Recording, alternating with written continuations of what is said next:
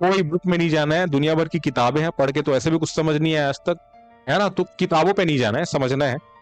प्लेटो के अकॉर्डिंग ना विचार यानी कि आइडिया जो हम सोच रहे हैं वो सबसे इंपॉर्टेंट है। जैसा कि एग्जाम्पल से मैं आपको समझाऊं तो मेरे दिमाग में विचार आया लिखने का, ठीक है, मेरे को कुछ लिखना है। जैसे यहाँ पे मैंने लिखा ना थ्योरी ऑफ आइडिया, तो लिखा ना मैंने, तब आप पढ़ पा रहे हैं। तो मेरे दिमाग में विचार आया लिखने का, तो लिखने का जो विचार आया वो आइडिया जो है वो इंपॉर्टेंट है। अब मैं लिखूंगा किससे? ये जो पेन है, ये पेन काम करता है केवल डिजिटल बोर्ड में, ठीक है। के अलावा ये जो पेन है, इस पेन से हम लिख सकते हैं किसे? पेपर में। पेन से अब इसके भी अलग अलग टाइप है भाई, ये 5 रुपए का पेन है, 2 रुपए के भी पेन आते हैं, 10 रुपए के पेन आएंगे, 50 रुपए, 100 रुपए, 1000 रुपए, 10,000 रुपए के भी पेन आते हैं।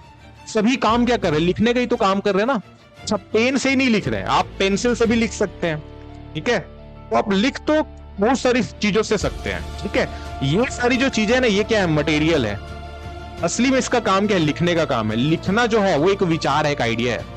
तो लिखने का जो विचार है ना वो इंपॉर्टेंट है। आप लिख किससे रहे हो वो इंपॉर्टेंट नहीं है। यानी कि वस्तुएं जो है ना वो तो टेम्पररी है, ये आज है कल नहीं है, लेकिन जो विचार है वो परमानेंट है। ये मटेरियलिस्टिक जो चीजें है ना, ये भौतिक वस्तु है ना, ये आज है कल चेंज हो जाएगी, कल नई टेक्नोलॉजी आ जाएगी, फिर नई चीजों से हम लिखेंगे, ऐसा हो सकता है। बट परमानेंट क्या है? ये आइडिया है ना, ये परमानेंट है।